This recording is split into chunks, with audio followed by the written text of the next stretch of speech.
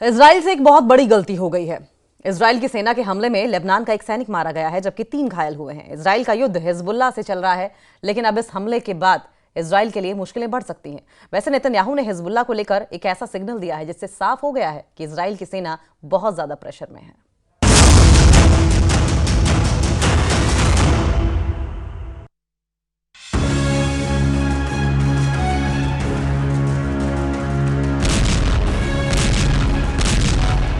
जब भी नेतन्याहू के सामने ऐसी तस्वीरें आती हैं, वो बेचैन हो जाते हैं। ये इजराइल का दूसरा सबसे बड़ा शहर हाइफा है और यहाँ हिजबुल्लाह के हमलों ने इजराइल को झकझोर कर रख दिया है। कभी जमीन पर आग तो कभी आसमान में आग। ये हिजबुल्लाह के रॉकेट हैं। नसरल्लाह को मरे 1.5 महीने से ज्यादा का वक्त बीत चुका है, लेकिन हिजबुल्लाह की आग इजराइल पर लगातार बरस रही है। हिजबुल्लाह के रॉकेट से बचने के लिए इजराइल की सड़कों से ऐसी तस्वीरें आती हैं।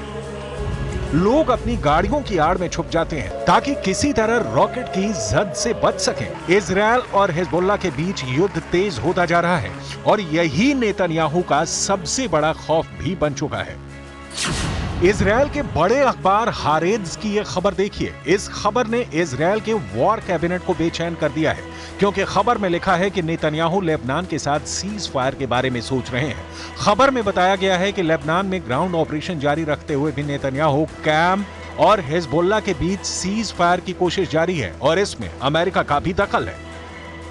क्या यह माना जाए कि हिजबुल्लाह के हमलों के आगे नेतन्याहू ने सरेंडर करने का फैसला कर लिया है? वो अब हिजबुल्लाह को सफेद झंडा दिखाने लगे हैं ताकि लेबनान मोर्चे पर युद्ध खत्म हो जाए। इजराइल के अखबार हारेट्ज में छपी खबर तो यही बता रही है।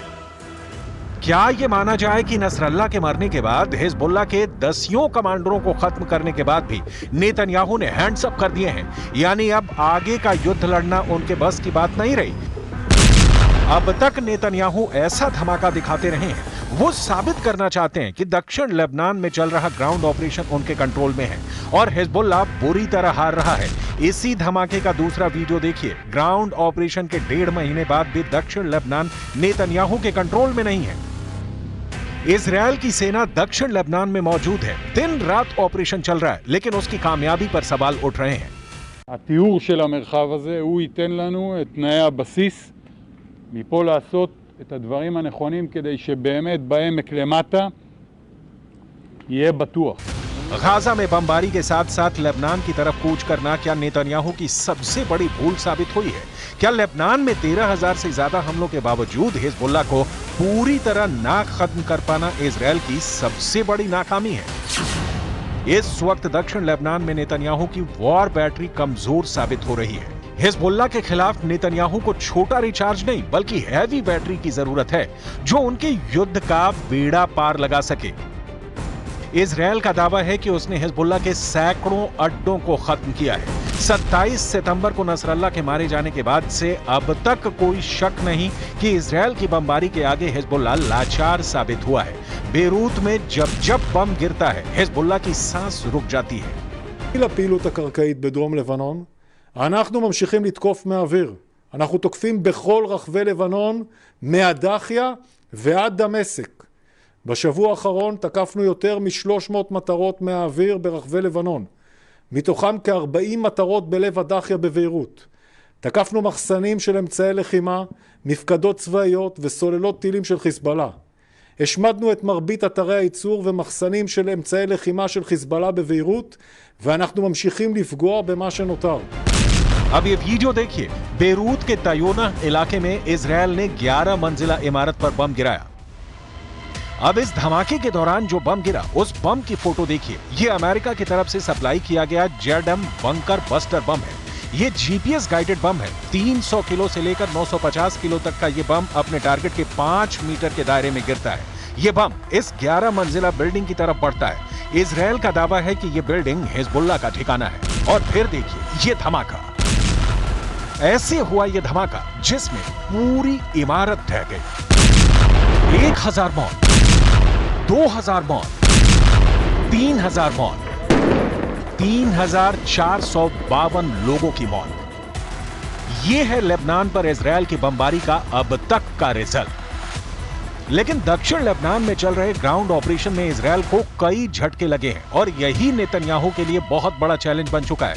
उनके विमानों ने आसमान से बमबारी करके तो हिजबुल्लाह को घुटनों के बल ला दिया है, लेकिन ग्राउंड ऑपरेशन में इजरायल को बहुत बड़े झटके लगे हैं, क्योंकि दक्षिण लेबनान और गाजा दोनों जगह से इजरायल के लिए बुरी खबरें आ रही हैं। दक्षिण लेबनान में हिजबुल्लाह का दावा है कि वो इजरायल के 95 से ज्यादा सैनिकों को मार चुका है, जबकि 7 अक्टूबर से अब तक गाजा युद्ध में इजरायल के 783 सैनिक हमास के हमले में मारे जा चुके हैं। सवाल है कि इतनी लाशों को देखकर इजरायल की वॉर कैबिनेट में क्या चल रहा है? नेतन्याहू वॉर रूम में क्या फैसले ले रहे हैं? इजरायल का दावा है कि अब तक वो हिजबुल्लाह के हथियारों पर इतने बम गिरा चुका है कि उसका रॉकेट और मिसाइल वाला जखीरा सिर्फ 20% बचा है और अब बाकी बचे हिजबुल्लाह के लड़ाकों और उसके अड्डों को खत्म करने में ज्यादा वक्त नहीं लगेगा। लेकिन सच ये भी है कि दक्षिण लेबनान में इजरायल अब भी जूझ रहा है। 1.5 महीने के ग्राउंड ऑपरेशन में उसके कंट्रोल में ऐसा कोई इलाका नहीं है जिसे वो अपनी बहुत बड़ी जीत बता सके। אני רוצה שתדעו שצה"ל במקביל עובד חזק מאוד. היום תקפנו כבד מאוד בביירות, בדחיה, מטרות של חיזבאללה. אנחנו תוקפים בעומק ואנחנו תוקפים הרבה מאוד בסוריה ובגבול סוריה-לבנון כדי שלא ייכנס לחיזבאללה אמל"ח. नेतन्याहू के जनरल बड़े बड़े दावे कर रहे हैं, लेकिन सच ये है कि खंडहर बन चुके गाजा और लेबनान के कई बड़े इलाकों में अब भी इजरायल की सेना की नींद उड़ी हुई है। गाजा और लेबनान में लाशों का पहाड़ खड़ा करने के बावजूद हमास भी बाकी है, हिजबुल्लाह भी। इजरायल के लिए मैसेज साफ है, लेबनान और गाजा में जितने इजरायली टैंक फट रहे हैं, ऐसे हर धमाकों के साथ साबित हो रहा है कि हिजबुल्लाह और हमास कमजोर नहीं हुए हैं। नसरल्लाह और सिनवार के मारे जाने के बावजूद दोनों की ताकत बरकरार है। एक तरफ लेबनान के ग्राउंड ऑपरेशन में इजरायल की सेना लगातार हमले झेल रही है, तो दूसरी तरफ गाजा में इजरायल के टैंक और बख्तरबंद गाड़ियां रोज फोड़ी जा रही हैं। बेंजामिन नेतन्याहू की सेना ने पूरे गाजा पट्टी को मिट्टी में तब्दील कर दिया है और बेरूत का भी यही हाल है। दक्षिण लेबनान में तो हिजबुल्लाह के छापामार लड़ाकों ने इजरायल को फंसा कर रख दिया है। इजरायल के नए रक्षा मंत्री इजरायल काट्ज दावा कर रहे हैं कि हिजबुल्लाह हार चुका है, लेकिन दूसरा सच यह है कि दक्षिण लेबनान में इजरायल की फौज अब भी ग्राउंड ऑपरेशन कर रही है। बेरूत पर अब भी बम गिराए जा रहे हैं। क्या लेबनान में नेतन्याहू का युद्ध वाला मकसद पूरा हो चुका है? इस सवाल के 5 जवाब हैं जो नेतन्याहू को बहुत ज्यादा परेशान कर सकते हैं। इसकी पूरी गारंटी है। पहला जवाब, हसन नसरल्लाह की इजरायल के हमले में मौत हो चुकी है। दूसरा जवाब, उत्तरी इजरायल में अब भी हिजबुल्लाह के बम फट रहे हैं। तीसरा जवाब, लेबनान में 3500 लोगों की मौत हो चुकी है, लेकिन इजरायल का युद्ध जारी है। चौथा जवाब, 1.25 महीने के बाद भी इजरायल का लेबनान में ग्राउंड ऑपरेशन चल रहा है। पांचवा जवाब, हिजबुल्लाह के कई कमांडर मारे जाने के बावजूद उसकी लीडरशिप बरकरार है।